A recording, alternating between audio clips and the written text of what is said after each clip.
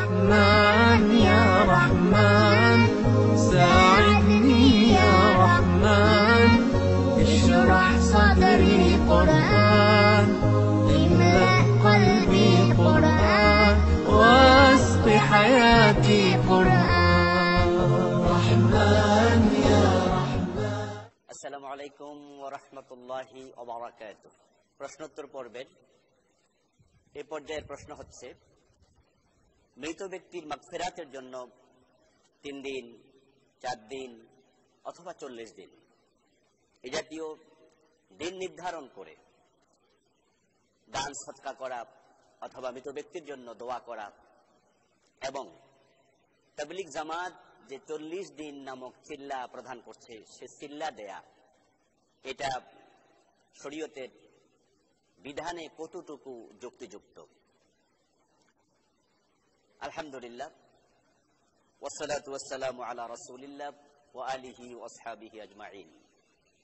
সম্মানিত ভাইয়েরা, যিনি ইন্তেকাল করবেন, মরে যাবেন, আমাদের মাঝ থেকে বিদায় নেবেন, তার জন্য দোয়া, এটা তার হক, এটা তার অধিকার।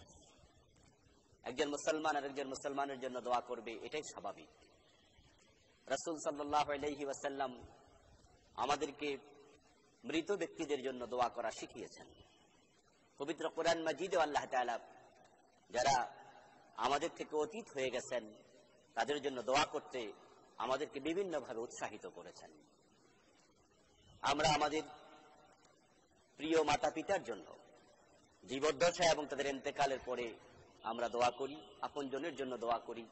এই দোয়া করাটা এটা সুন্নাহ, কিন্তু এই দোয়ার জন্য কোনো নির্ধারিত দিন করা এটা ঠিক নয়, এটা বিদআহ। দোয়া করতে হবে যখনই সুযোগ থাকে তখনই, কিন্তু সেই দোয়ার জন্য আমাদের দেশের মানুষ 3 দিন, 4 দিন, 40 দিন, মৃত্যু দিবস ইত্যাদিকে নির্ধারণ করে নিচ্ছে। দিন নির্ধারণ করে দোয়া করা এটা মোটেও ঠিক নয়। রাসূল সাল্লাল্লাহু আলাইহি ওয়াসাল্লাম এবং সাহাবায়ে কেরামের জীবনী থেকে আমরা দিন নির্ধারণ করে কারোর জন্য দোয়া করার কোনো সুন্নাহ পাই না। তাই আমাদের দেশে প্রচলিত যে 3 দিন, 40 দিন, 4 দিন, 5 দিন, 7 দিন এই জাতীয় দিন নির্ধারণ করে দোয়া করার প্রবণতা যেটা দেখা যায় সেটা পরিহার করা উচিত। আমরা দোয়া করব, তবে সেজন্য কোনো দিন নির্ধারণ করব না। যিনি ইন্তেকাল করেছেন তার পক্ষ থেকে সদকা করা, তার জন্য গরিব গোরাবাকে তার রুহের মাগফিরাতের জন্য খাবার দেয়া, দান সদকা করা, তার জন্য দোয়া করা কোন দিনের সাথে সম্পৃক্ত নয়। তাই দিন নির্ধারণ করে যদি এটা করা হয় তাহলে একটি ভালো কাজের সাথে বেদাত যুক্ত হয়ে গেল, ওই ভালো কাজের সওয়াবটাও বরবাদ হওয়ার সম্ভাবনা থেকে যায়। বেদাত পরিত্যাজ্য একটি কাজ। ঠিক একইভাবে আমাদের দেশে আমাদের তাবলীগ জামাতের ভাইয়ারা দ্বীনের দাওয়াত দেওয়ার জন্য বিভিন্ন জায়গায় তারা কষ্ট করে যান, নিজের পক্ষ থেকে খরচ করে, নিজের টাকা দিয়ে, নিজের ভোজাটা নিজে কাঁধে নিয়ে তারা দ্বীনের দাওয়াত দিচ্ছেন সারা দেশে, তাম পৃথিবীর বিভিন্ন জায়গায়। এটা নিঃসন্দেহে একটি ভালো কাজ। আল্লাহ তাআলা বলেছেন, ওয়ামান আহসানু কাওলাম মিম্মান দাআ ইলাল্লাহ ওয়া আমিলা সালিহান ওয়া ক্বালা ইন্নানি মিনাল মুসলিমিন। তার কথার চেয়ে কার কথা শ্রেষ্ঠ হতে পারে? যে ব্যক্তি মানুষকে আল্লাহর রাস্তায় ডাকে এবং সে নিজে নেক আমল করে এবং সে বলে নিশ্চয়ই আমি একজন মুসলিম। এই কাজটি তাবলীগ জামাতের ভাইয়েরা কেন, সকল মুসলমানের করা উচিত। তবে সেই কাজের জন্য আবার 40 দিন নির্ধারণ করা, এটাকে চিল্লা বলা অথবা 40-এর মাঝে কোন কল্যাণ আছে, এক্সট্রা কোন সওয়াব আছে মনে করা, এটা আরেকটি বেদাত। দাওয়াতটা সুন্নাহ, কিন্তু 40টা নির্ধারণ করাটা বেদাত। যদি মৃত ব্যক্তির জন্য 40তম দিবস নির্ধারণ করে দোয়া বেদাত হয় এবং সেটাকে আপনিও বেদাতই মনে করেন, তাহলে দিনের দাওয়ার জন্য, দাওয়াত দেওয়ার জন্য সে 40 নির্ধারণ করা, এটাকে আপনি বেদাত কেন বলবেন না? এটাও একটি বেদাত। বরং এই বেদাতি প্রবণতার কারণে এমনও শোনা যায় যে কোনো দিনের দাওয়াত দেওয়ার জন্য বের হওয়া ব্যক্তি, তার বাবা মারা গেছে, তারপরেও সে বাবার জানাজা পড়ে আবার চলে গেছে, ঘরে ঢোকেনি, কারণ 40 দিন পূর্ণ হয়নি। কি আজীব ব্যাপার তো। কে বলেছে আপনাকে দিনের দাওয়াত দেওয়ার জন্য 40 দিন পূর্ণ করতে হবে?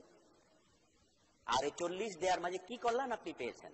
একজন মুসলমান হিসাবে তো আপনার জীবন দিয়ে দেয়া। আল্লাহ তাআলা কি শিখাননি, কুল ইন্না সালাতি ওয়া নুসুকি ওয়া মাহইয়ায়া ওয়া মামাতি লিল্লাহি রাব্বিল আলামিন, যে আমার জীবন আমার মরণ সব আল্লাহর জন্য নিবেদিত। তাহলে আপনি 40 কে নির্ধারণ করলেন কেন? 40 দিন দাওয়াত দেওয়ার পরে চলে আসলেন বাসায়, আপনার দাওয়াত দেয়া কি বন্ধ হয়ে যাবে? দিনের দাওয়াত দেওয়ার জন্য বিভিন্ন নবীর এরিয়া ছিল, নবীরা বিভিন্ন এলাকা ভিত্তিক প্রেরিত হয়েছেন।